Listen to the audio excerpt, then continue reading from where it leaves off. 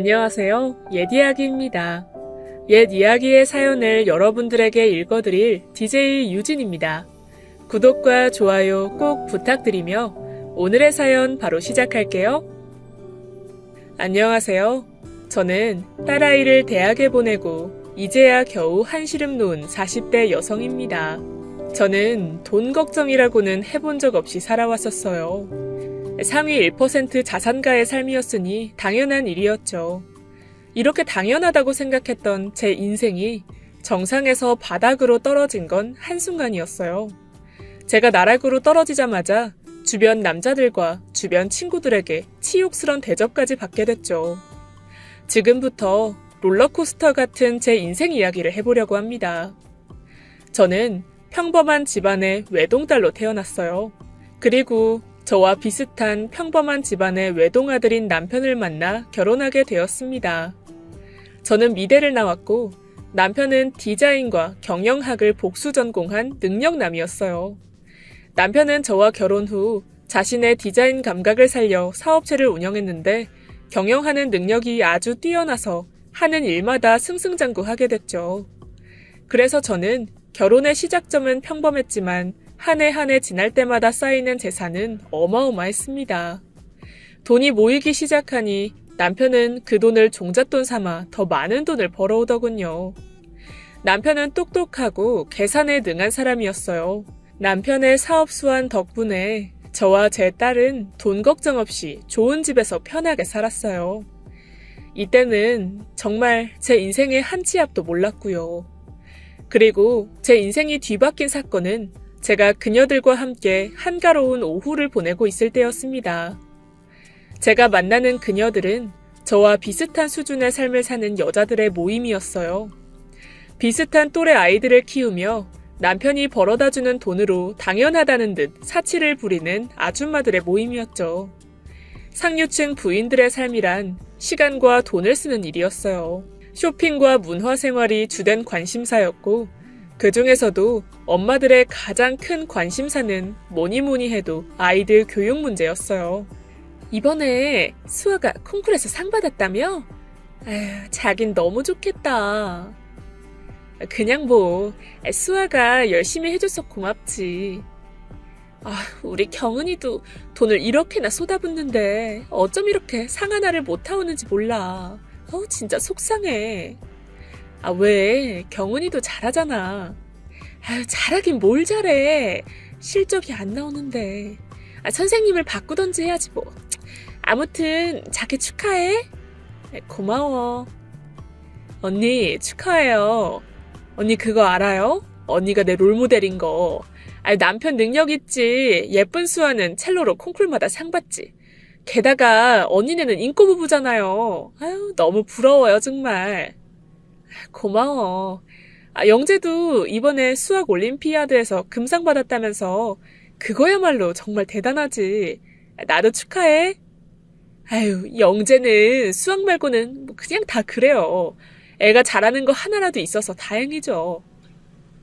사실 다들 웃으며 이야기를 하지만 서로의 칭찬 속에는 날선 시기와 부러움이 있었습니다. 이때는 그저 서로 하는 칭찬이 자화자찬 정도인 줄 알았어요. 하지만 누군가의 부러움을 사는 게 결코 좋은 일만은 아니라는 사실을 뒤늦게야 깨닫게 됐죠. 그러던 어느 날이었어요. 엄마들과는 돌아가면서 각자의 집에 초대해 집에서 티타임을 갖곤 했는데 그날은 저희 집에서 티타임을 갖던 날이었습니다. 그날도 여느 때와 다름없이 한가롭게 응접실에 앉아 차를 홀짝이고 있었어요. 경은 엄마는 이번에 경은이의 하프 선생님을 새로 바꿨다며 선생님 칭찬 일색에 여념이 없었고 저와 다른 엄마들은 열심히 경청해주는 척하고 있었어요. 그렇게 경은 엄마의 수다가 언제쯤 끝날까 생각하던 찰나 핸드폰에 모르는 번호가 울렸어요. 어디지? 잠깐만 전화 좀 하고 올게. 네, 여보세요? 김재현 씨 아내분 되시나요? 여기 땡땡병원인데 지금 빨리 와주셔야 할 것 같아요. 교통사고로 실려 오셨는데 환자 상태 위급하세요. 저는 너무 충격적인 전화에 심장이 쿵쾅댔고 급하게 핸드백과 외투를 챙겨 들었어요. 언니, 무슨 일이에요? 저기 미안한데 오늘은 이만 돌아가 줘야겠어. 갑자기 무슨 일이야? 경은 엄마, 미안한데 나 좀 호수병원에 데려다 줄 수 있어? 다리가 후들거려 서 있는 것조차 힘들어 운전해서 가는 건 더더욱 어려울 것 같았어요. 그래서 평소 가장 가깝게 지내고 친하게 지내던 경은 엄마에게 부탁을 해 운전을 대신 맡겼어요. 병원으로 가는 차 안에서 경은 엄마에게 자초지종을 설명하자 경은 엄마도 함께 걱정해주며 병원으로 향했어요. 이때는 경은 엄마가 옆에 있어줘서 참 다행이라는 생각을 했는데 시간을 되돌릴 수만 있다면 저 혼자서 병원으로 향했어야 했습니다. 남편은 제가 병원에 도착하기 전에 숨을 거뒀고 의사로부터 사망 선고를 들어야 했습니다.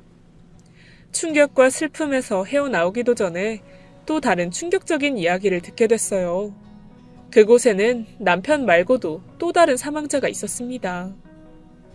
남편의 차에 같이 타고 있었다던 그 사람은 다름 아닌 남편의 대학교 동창이었어요. 가끔씩 남편이 대학교 때 이야기를 할 때면 그 여자의 이름도 거론되곤 했기에 대학교 때 친했던 여자 정도로만 알고 있었습니다. 그런데 그 여자가 내 남편의 조수석에 타고 있다가 사고로 함께 사망했다는 이야기를 들으니 너무 충격적이었어요. 남편은 언제나 가정에 충실했고 바람을 피울 시간도 없을 만큼 바쁜 사람이었어요. 가족과 함께하는 시간을 소중하게 생각하고 일 때문에 딸과 놀아주지 못할 때는 속상해하기도 하던 사람이라 결코 이 남자가 바람을 피울 거라고는 상상도 해본 적이 없었습니다. 도대체 이 여자가 왜 내 남편과 같은 차에 타고 있다가 사고를 당했지? 라고 생각할 무렵 얼마 전부터 조금 냉랭했던 남편의 모습이 떠올랐어요. 여보, 우리 수아도 박 교수님한테 부탁해서 교수님 과외시킬까? 지금 다니는 학원에서도 잘 배우고 있는데 굳이 그럴 필요 있어? 아무래도 교수님 과외면 더 배우는 게 많을 것 같아서 그렇지. 요즘 이 동네 엄마들 보면 다들 교수님 과외 하나씩은 다 하더라고. 제발 다른 엄마들이 한다고 따라하는 짓 좀 그만해. 지시라니? 아니, 나는 다 수학 교육 생각해서 하는 말인데. 됐어. 나 피곤하니까 당신이 알아서 해. 여보, 요새 무슨 일 있어? 요즘 왜 이렇게 예민해? 누가 예민하다고 그래. 그냥 좀 피곤해서 그렇지. 나 그만 서재에 들어가 볼게. 그전에는 아이 교육 문제에 관한 일이라면 언제든 제 편을 들어주던 남편이 언제서부터인가 부정적으로 바뀌어 있었어요.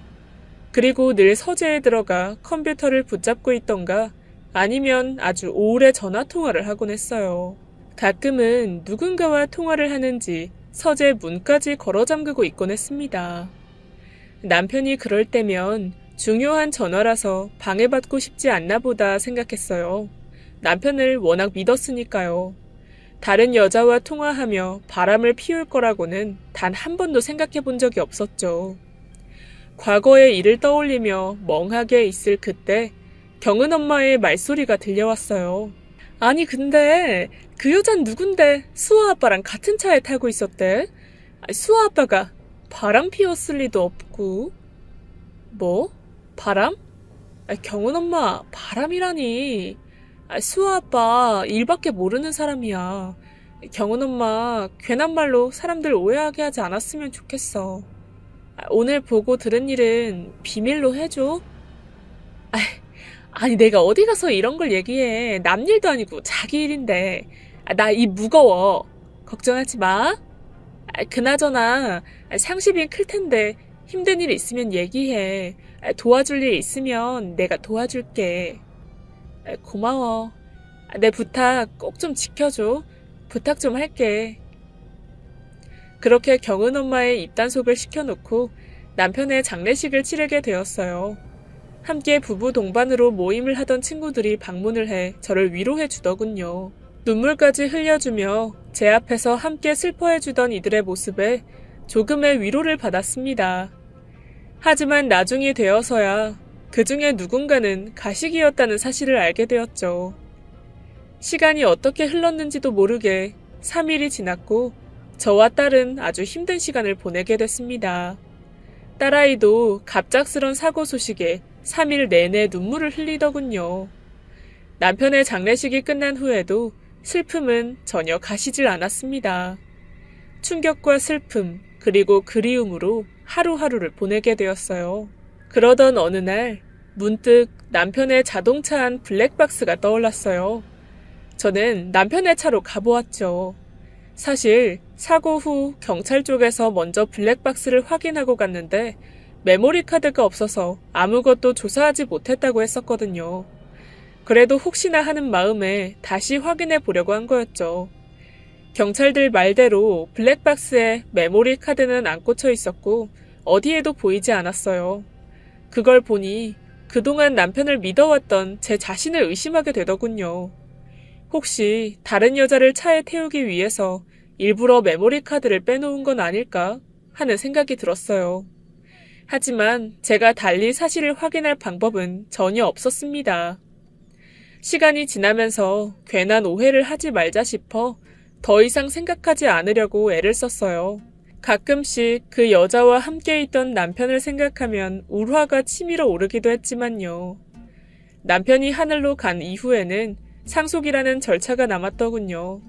남편의 재산을 정리하다가 저는 너무 충격을 받았어요. 남편의 회사는 부도가 나기 직전이었고 통장의 잔고도 거의 남아있질 않았어요. 오히려 마이너스 통장만 남은 상황이었어요.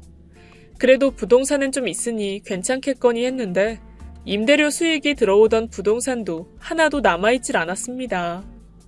남편이 저와 상의 한마디 없이 부동산도 모두 처분했더군요. 유일하게 남은 거라고는 집 한 채뿐이었는데 그 집조차 대출이 많이 끼어있는 상황이었어요.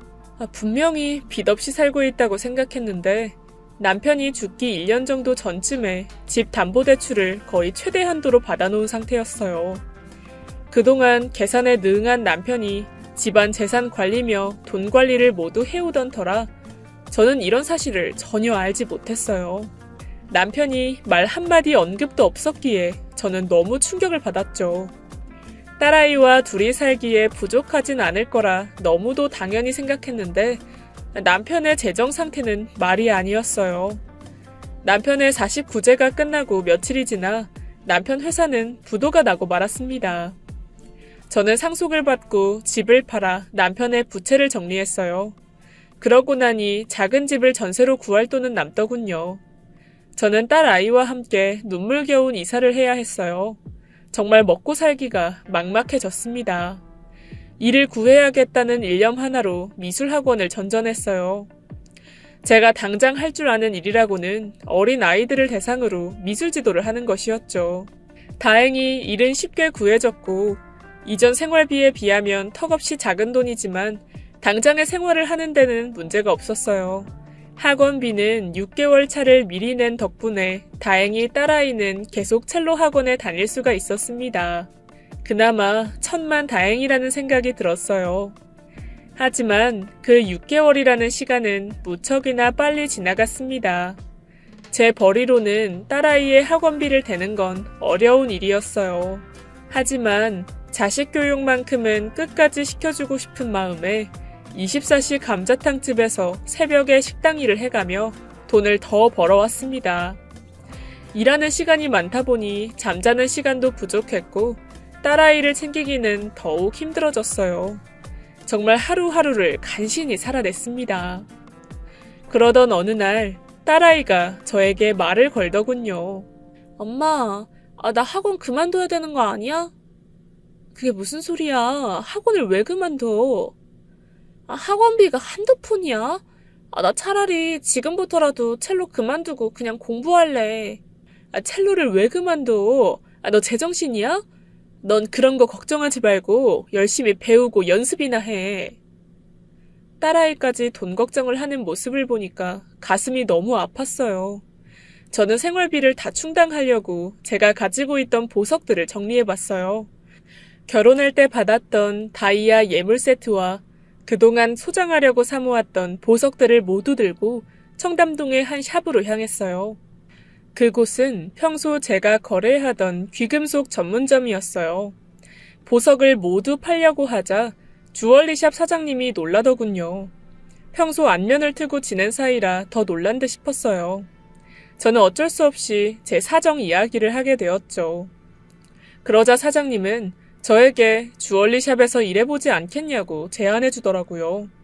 보수도 꽤 좋았고 보석을 잘 팔면 인센티브제로 수당도 챙겨주겠다고 했어요. 저는 지금 제가 하는 일에 비하면 훨씬 낫겠다 싶어 그렇게 하기로 했습니다. 그래서 식당 일은 그만두고 평일엔 미술학원에서 주말에는 주얼리샵에서 일을 하게 되었어요. 저는 워낙 보석을 좋아하기도 했고 고객들이 뭘 원하는지 잘 알아서인지 판매 수완이 좋았어요. 그래서 평일 내내 식당 일을 하던 것보다 주말 이틀 일하면서 버는 돈이 더 많아졌어요. 사장님도 매출이 늘었다며 좋아하더군요. 그렇게 일을 한 지 2달 정도 지났을 무렵 주얼리샵 마감을 하려고 뒷정리를 하고 불을 끄고 나오려는데 누군가 급하게 매장 안으로 들어왔습니다. 사장님, 이 시간에는 웬일이세요? 선아씨, 일은 잘하고 있었어요? 네. 그런데 무슨 일로... 선아씨랑 잠깐 할 얘기가 있어서요. 일단 마감했으니 출입문은 잠그고 얘기할까요? 사장은 제 의사와는 상관없이 매장 문을 걸어 잠그고는 밖에서 안이 보이지 않는 장소로 저를 데려갔어요. 그곳은 고객 응접실이었는데 아치형으로 뚫린 문을 제외하면 매우 밀폐된 공간이었어요. 너무 어두우니까 불 좀 켤게요. 그렇게 말한 순간 그가 뒤에서 저를 덮쳐왔어요. 그리고는 제 몸을 꽉 잡고 사장이 저를 강제로 밀어붙였습니다. 그날은 부인에게 흰색 니트를 입었었는데 그의 완력에 옷의 목 부분이 잔뜩 늘어나 가슴 아래까지 옷이 내려오고 말았어요. 저는 버둥거리다 손에 잡히는 물건을 잡아 그대로 사장의 머리를 올려 쳤습니다.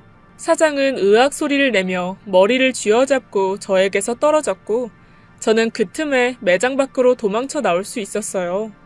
정신없이 뛰다가 매장에서 한참 멀어졌을 때가 되어서야 제 손에 들린 것을 보았습니다. 그건 바로 청동 조각상이었어요.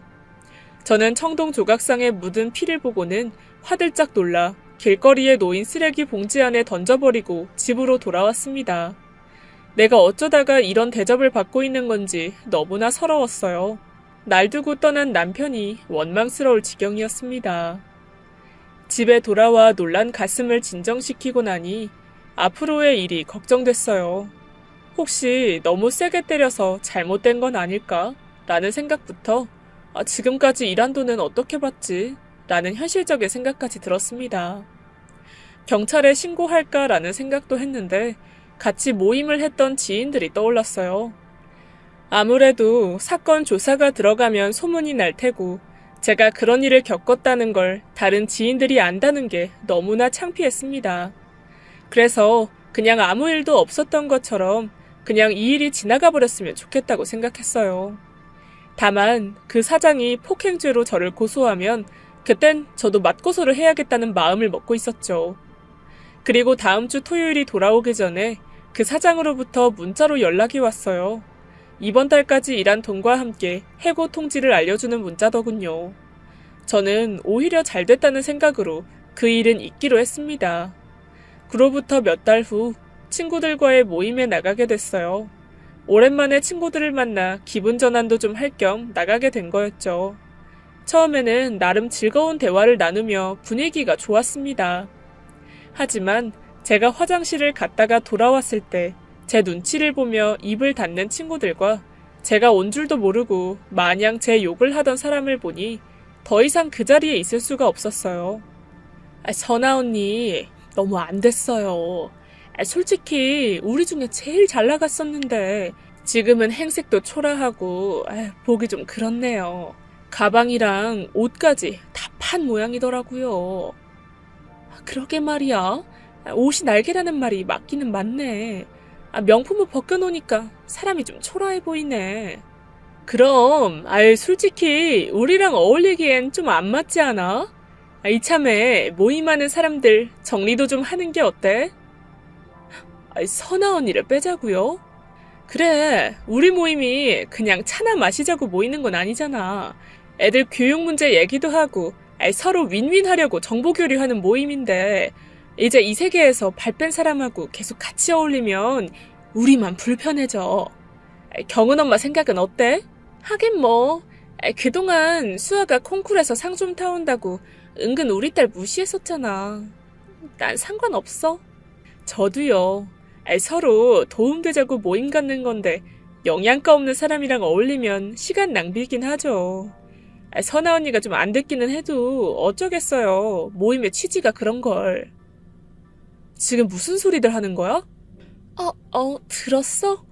사실 자기 이제 애들 교육 뒷받침해주는 것도 어렵잖아. 내 생각엔 각자 생활 수준에 맞게 사는 게 좋을 것 같아. 뭐? 수준? 진짜 어이가 없네. 니들이야말로 인성 수준들이 너무 바닥인 거 아니야? 사람 앞에 없다고 뒤에서 호박씨나 까고 돈만 많으면 뭐해? 죽어라 자식 교육 시키면 뭐하니? 부모가 이 모양인데. 자식 잘 키우고 싶으면 니네들 인성부터 다 뜯어고쳐. 그리고 이딴 모임은 내가 싫어서 더 이상 안 나와. 저는 뒤도 안 돌아보고 카페를 나와 집으로 들어왔어요. 그리고 며칠이 지난 어느 날이었어요. 모임에 충격이 채 가시기도 전에 또 다른 사건이 터졌습니다. 학원을 마치고 집에 돌아온 딸아이는 제 눈도 마주치지 않고 바로 제 방으로 들어가더군요. 그리고 곧이어 딸아이의 우는 소리가 들려왔어요. 수아야, 무슨 일이야? 왜 울어? 아니야, 아무것도. 아니긴 뭐가 아니야. 왜 우는데? 엄마한테 말해봐. 말을 해야 엄마가 알지. 말하면 뭐가 달라져? 그러니까 말을 해보라고. 나 그냥 학원 그만두면 안 돼? 학원은 왜? 그냥 다니기 싫어. 너 그 학원 보내려고 엄마가 얼마나 힘들게 일하는 줄 알아? 그러니까 그만두겠다고. 그럼 엄마도 편히 쉬고 나도 애들한테 따돌림 받을 일은 없을 거 아니야. 따돌림이라니? 너 지금 그게 무슨 말이야? 엄마도 알고 있었어? 우리 아빠 바람 피우다 죽은 거라며. 애들이 뭘 하는 줄 알아? 아빠는 바람 피다 죽고 내 언니한테 재산 다 퍼줘서 엄마는 땡전 한 푼 없는 거래. 애들 사이에 소문 다 나서 얼굴도 못 들고 다닌다고. 이런 상황에서 어떻게 첼로를 해? 누가 그딴 소리를 해? 네 아빠가 그럴 사람이야? 내 생각이 중요해? 애들은 이미 다 그렇게 생각하고 있단 말이야. 저는 딸과 이런 사실을 논하는 것 자체가 거북했어요. 딸과 이런저런 말이 오가봤자 달라지는 건 없을 거라는 것도 뻔했죠. 저는 저런 허황된 소문을 퍼뜨린 여자를 찾아가 문제의 근원을 해결해야겠다고 생각하고 옷을 챙겨 입고 집을 나섰어요. 소문의 근원지는 뻔했죠. 저는 경은 엄마 집 앞에서 벨을 누르고 문을 손으로 두드렸어요. 어머, 갑자기 무슨 일이야? 네가 헛소리하고 다녔니? 네가 수아 아빠 바람 피우는 거 봤어? 봤냐고. 그 순간 짝 소리와 함께 눈앞이 번쩍였어요. 오히려 때릴 사람은 저인데 그 여자가 제 뺨을 내리친 거였습니다. 아니 다짜고짜 찾아와서 웬 횡패야? 아니 그게 사실이니까 소문이 났지 괜한 소문이 났겠어? 뭐? 사실? 너 오늘 잘 걸렸다. 헛소문 퍼뜨린 거에 대한 대가가 어떤 건지 보여줄게. 이리 와. 저는 말을 마치기도 전에 그 여자의 머리채를 휘어잡고 오른쪽으로 꺾었다 왼쪽으로 꺾었다 아주 정신을 없게 만들어 주었어요. 깍깍 소리와 함께 저희 둘은 사정없이 서로를 쳐댔습니다. 어차피 쌍방폭행이니 그 여자를 응징하는데 아무런 죄책감도 없더군요. 제가 마른 체구이지만 운동으로 다져진 몸이라 나름 힘은 좀 셌는지 경은 엄마는 어느 순간 넉다운이 됐고 저에게 그만하라고 손을 허공에 휘휘 저어대고 있었어요. 경은 엄마 진짜 최악이다. 아니 이딴 거를 5년이나 넘게 알고 지냈다는 게 소름이 끼칠 정도야. 사람 돈 떨어졌다고 대놓고 무시하는 것도 모자라서 이젠 헛소문까지 퍼뜨려? 이거 명예훼손인 거는 알지? 앞으로 나랑 우리 딸 한 번만 더 건드리면 명예훼손으로 고소당할 줄 알아? 어? 아, 그리고 이건 똑바로 알아도 누가 누구를 무시했다고 그래? 나 한 번도 경은이 무시한 적 없어. 모 눈엔 뭐만 보인다더니 네가 다른 사람 무시하니까 다른 사람도 너 무시한 줄 아니? 그따위로 살지 마. 다음 날 저는 딸 아이에게 학원에 나가지 말라고 이야기를 했고 딸아이는 아무 말 없이 고개를 끄덕였습니다. 그리고 저는 대학 동창에게 연락을 하게 되었어요. 같은 학교 다른 학과 친구였는데 음악을 전공하는 친구였어요. 지금은 지방의 모 대학에서 교수를 하고 있는 친구에게 첼로 과외를 해줄 교수님을 알아봐 달라고 했어요. 그렇게 연결된 음대 교수님에게 딸의 과외를 맡기게 되었습니다. 아무래도 딸을 맡기니 여자 교수님이었으면 좋겠다고 생각했는데 남자분을 소개받게 되었어요. 그분을 지금부터는 정 교수님이라고 칭할게요. 그 정 교수님은 40대 남자였는데 아주 신사적이었고 아이들 교육에 아주 적극적인 분이셨어요. 게다가 유머까지 있어서인지 딸아이는 금세 적응하고 그분을 잘 따랐어요. 과외비가 비싸기는 했지만 먹고 입는 걸 줄여서 과외비는 간신히 충당할 수 있었어요. 그리고 일주일에 한 번만 과외를 받는 걸로 과외비의 부담을 줄였고요. 딸아이도 비싼 과외라는 걸 알아서인지 기를 쓰고 배우려고 노력하더군요. 오히려 학원 다닐 때보다 더 효과도 좋아서 저는 매우 만족하고 있었죠. 게다가 참 감사한 건 언제나 제 시간보다 수업을 연장해서 열정적으로 수업을 해주신다는 거였어요. 어머 교수님, 오늘 수업이 많이 길어지셨네요. 오늘 수업하다 보니 1시간 더 했네요. 제가 종종 이렇게 오버하곤 하는데 과외비 더 달라고 그러는 건 아닙니다. 그래도 2시간짜리 수업인데 1시간이나 더 해주셔서 제가 좀 더 챙겨드려야겠어요. 아닙니다. 정말 제가 좋아서 수업한 거예요. 안 그러셔도 되니까 다음에 차나 한 잔 사주세요. 정말 감사드려요. 수아도 교수님이 너무 잘 가르쳐 주신다고 너무 좋아해요. 제가 원래 인기가 많습니다. 사람이 어찌나 밝은지 정 교수님과 대화를 나누다 보면 제 마음도 즐거워지고 편해지곤 했어요. 감사한 마음에 가끔씩 차도 마시고 함께 식사도 하다 보니 친분이 좀 두터워지는 게 느껴졌습니다. 분명 다른 과외하는 아이들 집안은 빵빵하고 부잣집일 텐데도 저에게 주눅들게 하는 말이라거나 다른 아이들과 비교하는 말도 전혀 하지 않았어요.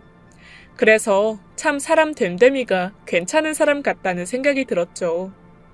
그러던 어느 날이었어요. 뜬금없이 영재 아빠한테서 연락이 왔더군요. 형수님, 잘 지내고 계세요? 네.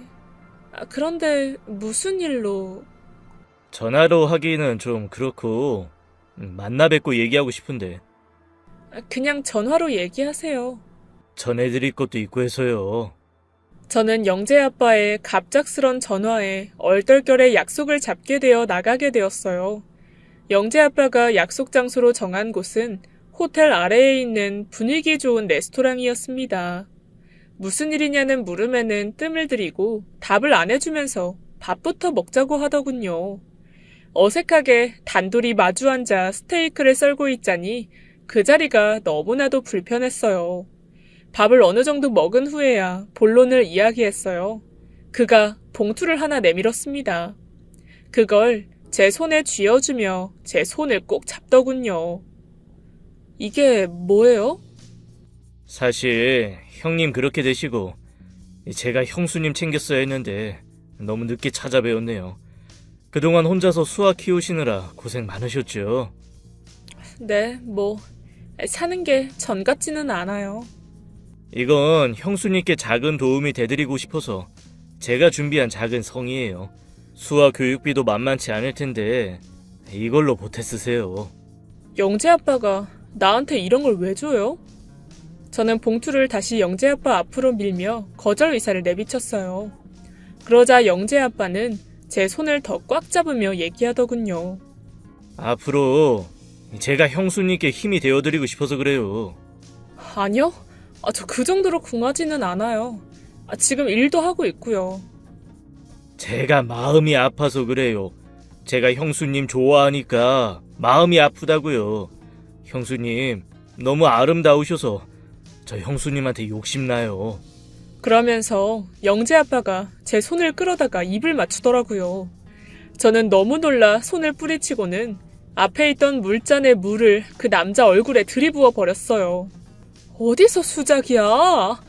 너 이러는 거 영재 엄마도 아니? 형수님 이렇게 비싼 여자였어요? 형님도 없는 마당에 찬밥 더운 밥 가르기예요? 저랑 하룻밤 보낸다고 사람들 아무도 몰라요. 저랑 형수님만 입 다물면 아무도 모른다고요. 제가 그동안 형수님 좋아한 거 모르셨어요? 서로 줄 건 주고 받을 건 받으면 되는 건데 뭘 그렇게 비싸게 구세요? 기가 막히고 어이가 없어서 말문이 막혀있을 그때 누군가의 익숙한 목소리가 들려왔어요. 튕기다니요.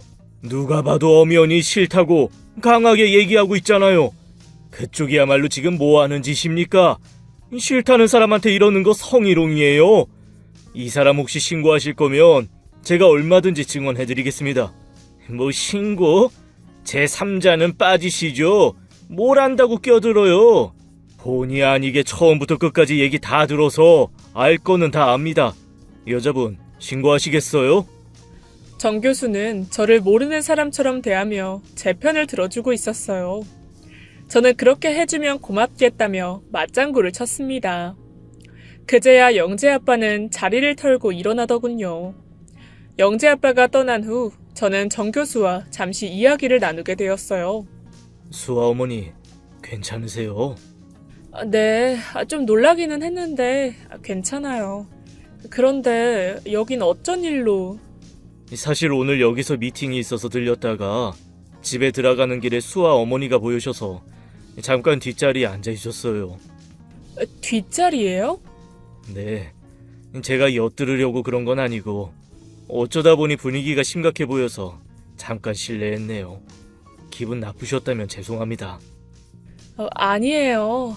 덕분에 불편한 상황 모면했어요. 고마워요. 그렇게 인사를 나누고 난 후 저는 집으로 돌아왔어요. 집에 돌아와 자려고 누웠는데 이런저런 생각이 나서 잠을 설쳤어요. 돈이 떨어지니 참 별일을 다 겪는구나 싶고 개 중에는 좋은 사람도 있어서 다행이라는 생각도 들었죠. 영재 아빠는 그 후로도 저를 어찌 해보려는 걸 포기하지 않았는지 몇 번 더 연락이 오더군요. 저는 한 번만 더 연락하면 영재 엄마와 영재에게까지 알리겠다고 엄포를 놓았고 그제서야 영재 아빠의 연락은 더 이상 오지 않았습니다. 그러던 어느 날이었어요. 남편이 사고 난 날 탔던 자동차를 처리하지 않아 과태료까지 물게 되었고 저는 뒤늦게서야 폐차하기로 마음을 먹게 됐어요. 그리고 차를 폐차하기로 한 날 저에게 연락이 한 통 왔어요. 아이 사모님 여기 차 안에 메모리 카드 같은 게 떨어져 있는데 이거 중요한 건가요? 메모리 카드요? 혹시 블랙박스 메모리 카드인가요? 아이 그건 확실히 모르겠는데 뭐 블랙박스에도 끼울 수 있는 건 맞아요. 제가 지금 바로 갈게요. 버리지 말고 꼭 좀 잘 보관해주세요. 그렇게 찾을 땐 없던 메모리 카드가 도대체 어디서 어떻게 발견된 건지 신기할 따름이었어요. 그곳에 가서 받아온 메모리 카드를 떨리는 가슴으로 노트북에 연결해 보았습니다. 노트북은 남편이 쓰던 거였는데 남편이 떠난 뒤로는 한 번도 가보지 않았었어요. 저는 떨리는 마음으로 메모리 카드에 있는 동영상을 재생시켰습니다. 그리고 그곳에서 너무나 충격적인 사실을 알게 됐어요. 그 사실을 알게 되자 저는 눈물을 흘릴 수밖에 없었습니다. 지은아 정말 고마워. 네 덕분에 이번 위기를 넘길 수 있을 것 같아. 아이 고맙긴. 난 그냥 남편한테 부탁하는 것뿐인데. 너희 회사에 투자 자금 들어가면 회사 운영 잘해서 많이 불려줘. 고마워. 사실 이건 아무한테도 말 안 한 건데 내가 회사 자금 때문에 발 동동 굴리다가 지푸라기 잡는 심정으로 코인까지 했어. 그런데 그것까지 급락하는 바람에 정말 이젠 다 끝났다고 생각했거든. 그런데 네 남편이 도와줄 수 있다니까 죽다 살아난 기분이야. 정말 고마워. 인사는 나중에 일 다 잘 풀리고 나면 그때 해. 그때 네 와이프랑 우리 남편이랑 같이 부부 동반으로 식사나 한번 하자. 그래, 그러자. 그나저나 네 차는 언제 수리되는 거래? 외제차라 일주일은 넘게 걸리는 것 같아. 남편이 차 렌트해준다는데 요새는 별로 나갈 일도 없고. 그래서 렌트 안 했더니 오늘 너한테 이렇게 신세지게 됐네. 신세라니.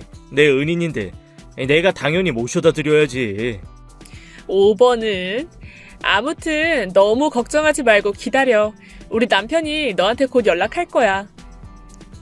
그 후 어수선한 말들이 오고 간 후에 쾅 소리가 나고 더 이상 녹화된 영상은 없었어요. 아마도 사고가 나면서 메모리 카드가 떨어져 나간 것 같았습니다. 남편의 마지막 가는 상황을 직접 보니 급격히 슬픔이 밀려왔어요. 그리고 남편이 왜 그 여자와 함께 차에 타고 있었는지도 알게 됐고 남편에 대한 내 믿음이 틀리지 않았음에 감사했어요. 남편은 회사 부도를 막기 위해 대학 동창에게 부탁을 했고 그 지은이라는 사람의 남편이 투자 자금을 지원해주기로 약속한 듯 했어요. 하지만 남편과 지은 씨가 세상을 떠나자 더 이상 그 약속을 지킬 이유가 없었고 남편 회사에 투자도 하지 않아 부도가 난 것 같았어요. 그 사실을 안 날 저는 딸에게 아빠의 이야기를 들려주었어요. 수아도 아빠의 마지막 모습이 궁금하다고 해서 함께 그 영상을 다시 보게 됐습니다. 수아도 저도 참 많이 운 하루였어요. 수아는 아빠에 대한 오해를 풀어서인지 다음 날부터는 한층 더 밝아진 모습으로 가벼운 발걸음으로 집 밖을 나서더군요. 무엇보다 딸의 당당해 보이는 모습이 보기 좋았어요. 그리고 다음 날 남편의 노트북을 다시 켜보았어요. 남편이 세상을 떠나기 한두 달 전부터 서재 방에서 하루 종일 노트북만 들여다보던 것이 생각이 났거든요. 남편은 편집증이 있는 사람이었어요. 편집증이 생긴 이유는 깜빡하는 건망증 때문이었죠. 일을 똑부러지게 하는 걸 좋아하던 남편이 가끔씩 깜빡할 때면 그걸 무척 답답해하고 못 견뎌 했어요. 그래서 생긴 버릇이 메모하고 정리해두는 습관이었죠. 물건은 항상 제자리에 두었고 기억해야 할 것들은 문서로 일목요연하게 정리해두곤 했었어요. 저는 남편의 노트북에서 반드시 기억할 것이라는 폴더를 발견했습니다. 그 안에는 거래소 비밀번호가 쓰여 있었어요. 저는 거래소에 로그인을 하게 되었고 엄청난 사실을 알게 되었어요. 거래소를 들어가니 비트코인을 비롯한 여러 코인들이 남편의 전자지갑에 들어있었어요. 수익률이 적게는 수백 프로에서 수만 프로까지 뛴 코인들이 있더군요. 저는 보유 잔액을 확인하고는 깜짝 놀랐습니다. 그곳에는 수백억이 들어있었어요. 저는 남편이 세상을 뜨기 마지막까지도 열심히 살기 위해 무던히도 노력했음을 알 수 있었죠. 그곳에는 이런 메모도 있었습니다. 내 가족에게 내가 남겨줄 수 있는 유일한 것일지도 모르는 것. 부디 행운이 따르기를. 저는 그 돈으로 다시 살던 동네로 이사를 가게 됐어요. 더 큰 평수로요. 그리고 딸아이를 위한 연습실을 집에 마련해주고 주 1회 배우던 첼로도 주 3회로 바꾸어 가르치고 있습니다. 정 교수님께 매일 과외해달라고 부탁을 드렸지만 정 교수님 일정상 주 3회가 최대라고 해서 그렇게 정하게 된 거였어요. 제가 다시 이사를 오니 그곳에 살던 이들이 하나둘 아는 체를 하더군요. 어머 언니! 어떡해? 다시 이사 오신 거예요? 그것도 더 큰 평수로. 혹시 수아 아빠가 남긴 재산이라도 있었던 거예요? 그렇게 됐어. 어머, 정말 잘 됐네요. 언니, 그럼 우리 모임 다시 들어와요. 그 모임을 내가 왜? 난 생각 없어. 그나저나 영재 엄마. 네? 자기 남편 관리 좀 잘해야겠더라. 네? 그게 무슨... 자세히 말하기는 입 아프고 아무튼 새겨들어. 그 후로 영재 엄마는 저를 찾아와 남편이 바람이 나 있었다며 도대체 어떻게 안 거냐고 저를 닥달해 물었지만 차마 사실을 이야기해 줄 수는 없었어요. 그렇지만 달라지는 건 아무것도 없었습니다. 영재 엄마는 바람 피우는 남편이라도 지금 누리는 모든 것들을 포기할 마음이 없었던지 이혼은 안 하더군요. 영재 아빠는 저와 마주치고는 조금 흠칫 놀라는 모습이었고 재발절인 도둑마냥 저를 슬슬 피했고요. 경은 엄마는 제가 다시 재기할 거라고는 꿈에도 생각 못했던지 저를 대하는 걸 껄끄러워했어요. 그리고 경은 엄마가 모임을 갔던 날 저는 그 모임에 말없이 나갔습니다. 제가 나타나자 모임하는 멤버들은 놀란 눈치로 웅성거리더군요. 저는 그 사람들이 모인 자리에서 얘기했어요. 다들 잘 지냈죠? 잠깐 할 이야기가 있어서 왔어요. 다들 제가 무슨 이야기를 하려나 무척 궁금해하며 귀를 쫑긋 세우더군요. 모두의 이목이 집중되었을 때 저는 제 억울함을 풀고 내가 어떻게 다시 이 자리에 나올 수 있었는지 이야기해 주었어요. 그리고 마지막 한마디를 덧붙였습니다. 그런데 말이에요.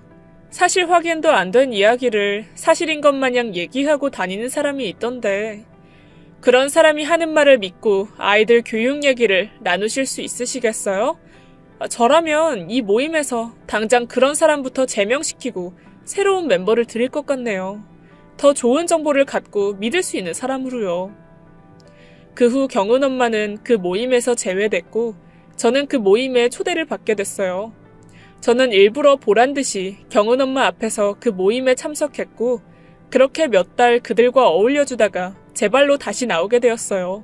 그리고 그 후로는 사람 보는 눈을 키우려고 노력했네요. 어려울 때 도와주진 못할 망정 등 돌리지 않을 사람들로 따로 모임을 만들었어요.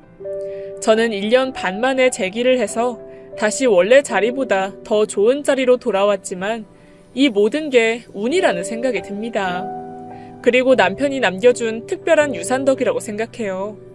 제 사정이 아주 많이 어려웠을 때 저를 돈으로 유혹해 저를 어떻게 해보려는 남자들이 여럿 있었어요. 그 유혹에 넘어가지 않고 딸에게 부끄럽지 않은 엄마로서 자리를 지킬 수 있음에 감사한 마음으로 이 글을 마치려고 합니다. 제 긴 글을 읽어주셔서 감사드려요. 지금까지 예디약이었습니다. 끝까지 함께 해주신 여러분 진심으로 감사드리며 저는 내일 다시 돌아올게요. 감사합니다.